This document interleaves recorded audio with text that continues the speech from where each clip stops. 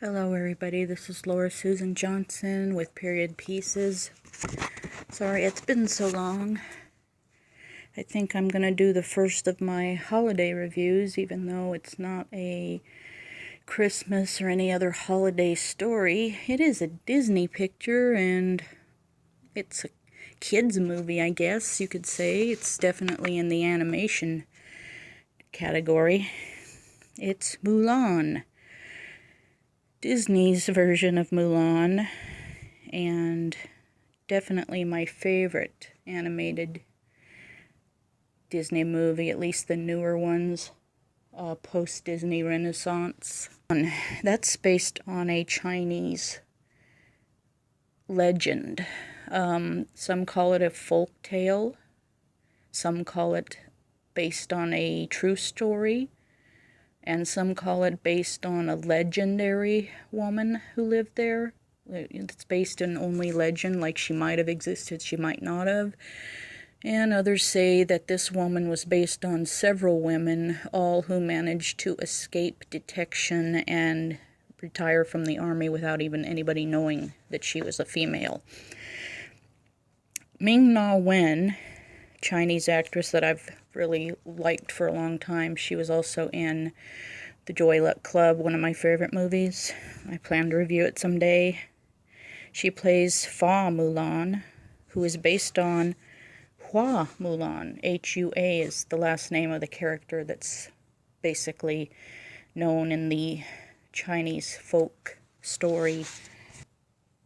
There's just a lot of films, TV series, and this is one of the most adapted or one of the most celebrated characters in Chinese history, apparently, because there is just so many versions of this story.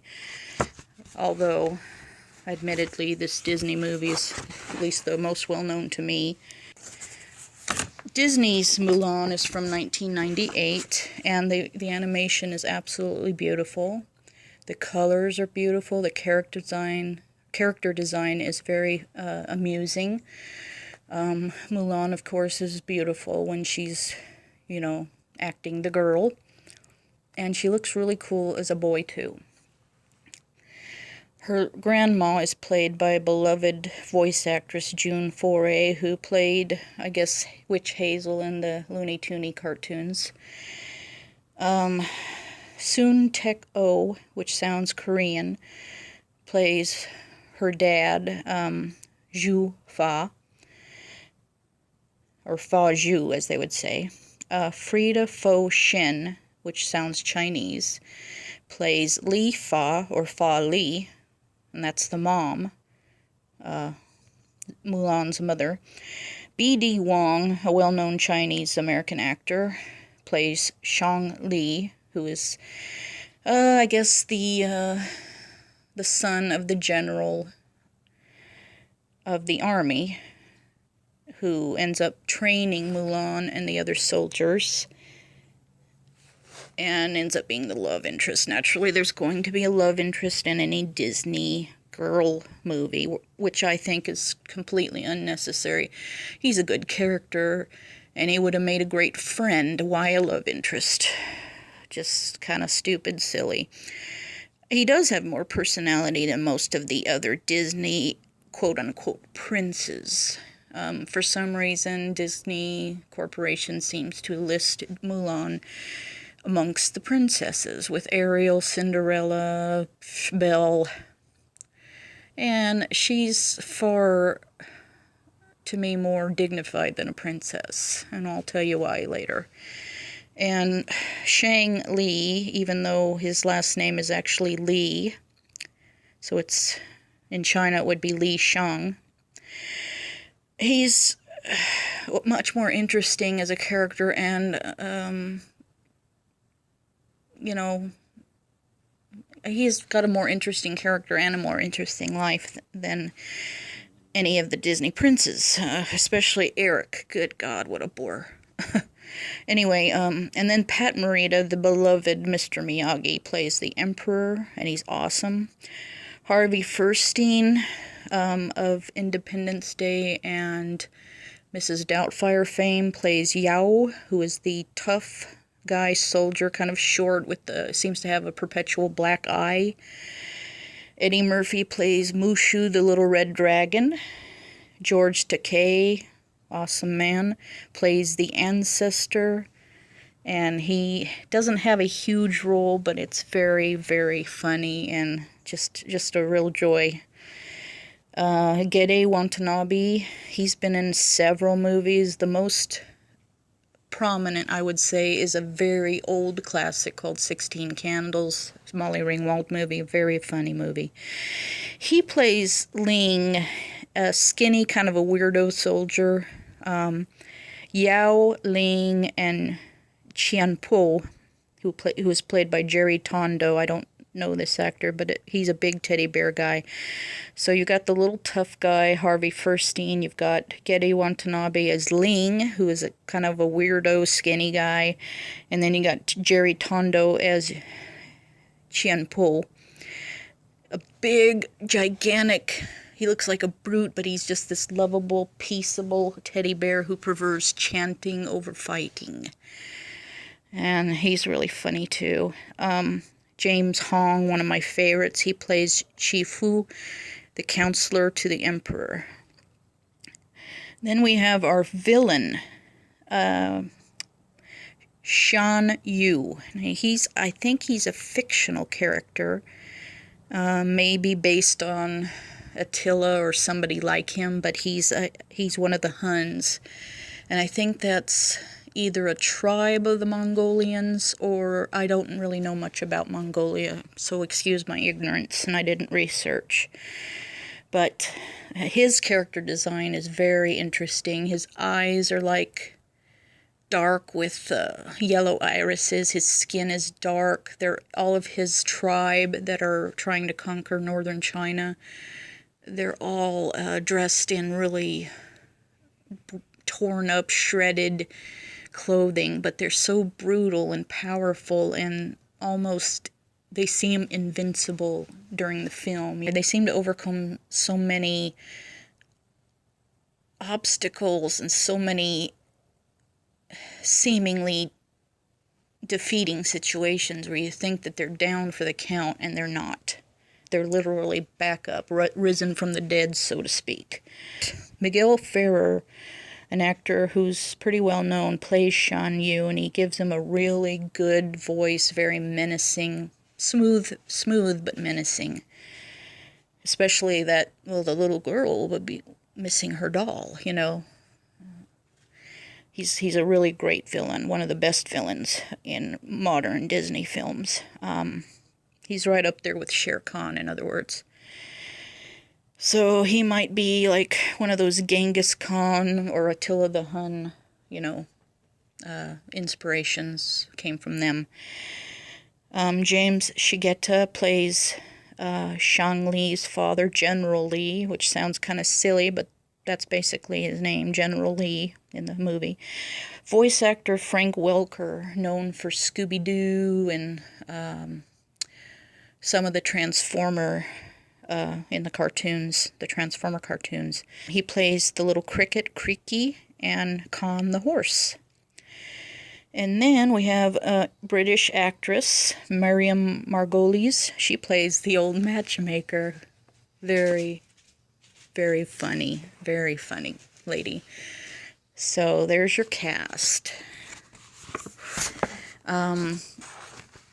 So Mulan is definitely the most accomplished and least damsel of all the female Disney characters I've seen in any of the movies. So she's definitely, like a lot of people say, the most kick-ass of all the Disney princesses. Now, the Mulan of legend fought for 12 years for the Chinese army, or the Imperial Army. And this Mulan seems to have only fought for maybe, the film makes it seem like 2 weeks or so. It could be anything from weeks to months. I doubt it's been years because it just doesn't feel that long. You have your standard training montage set to the macho song, which is okay. They go from bumbling idiots to pretty competent soldiers. Basically, they have these really amazing battle scenes in the snow. I mean, there's so many beautiful locations, and it's all digitalized animation. They have digitalized crowds at the Emperor's Palace, and it's beautiful to look at. There's this one scene where Mulan just ingeniously knows how to start an avalanche to, bury the Huns, and she figures they'll freeze to death and die, and that'll be the end of them. But maybe it was sheer force of will, I don't know. But anyway, there's a few silly moments like, how could he survive being buried by such a bunch of snow?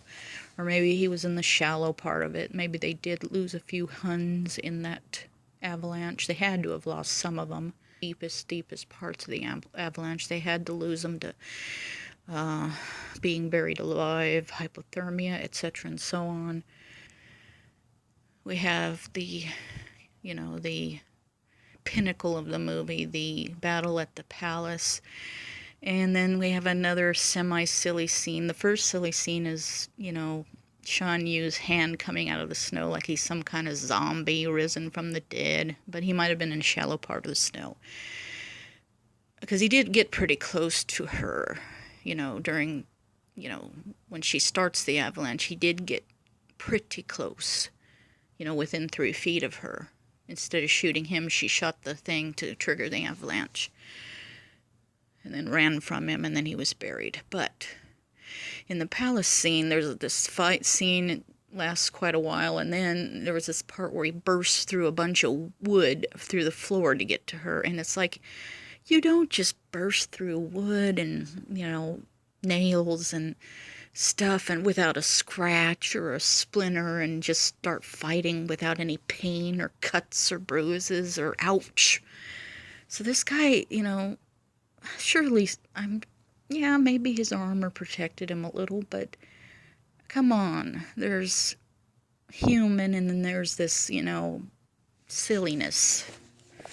So I thought, there's a few things that were pretty silly about the Shan Yu character. I thought was a little bit too superhuman. I don't care how big he was. I don't care how much armor he was wearing. You don't just shatter through a roof like that or through the floor and start fighting with a girl and, without any kind of repercussions physically. It's just not done. just comes up through the floor. I don't know. Anyway. And she, of course, defeats him, and the Emperor seems to be reprimanding her and maybe threatening to execute her for, high treason against his crown or whatever. And because she impersonated a man, and then you ruined my palace. And I thought, okay, the axe is going to come down. She's going to be beheaded. The end. And, of course, this is a Disney movie for kids. Yet the real Mulan story, these ancient, ballads and plays and stuff, they don't depict her being executed either. They depict her as, not accepting any kind of reward and only simply retiring, going home to her family and just living her life. Never having any kind of love interest, that's for sure. In the movie, she's offered the position of Chi Fu, James Hong's character. She's offered his position, and of course he's all upset. But she says, no, I just want to go home. I've been away from home long enough, however long it was. And then she accepts Shan Yu's sword as a sign that she defeated him. She and the army did.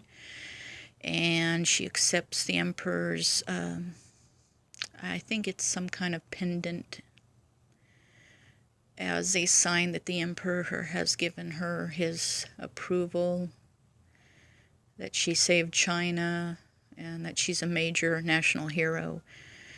And that's why she's much more classy and dignified, in my opinion, than a standard Disney princess, because Disney princesses are damsels. Ariel was a little airhead. Airhead is her name, not Ariel. You know, I don't like Ariel. I don't like Prince Eric. I hate him more than I hate Ariel. I'm sorry if anybody loves Little Mermaid. I apologize, but, you know, if they'd have stuck to the story, it would have ended a lot differently.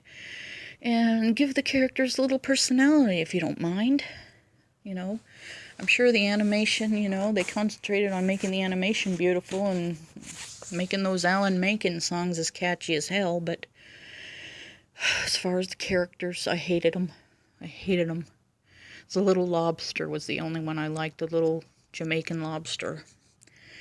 Belle and the Beast, I liked it.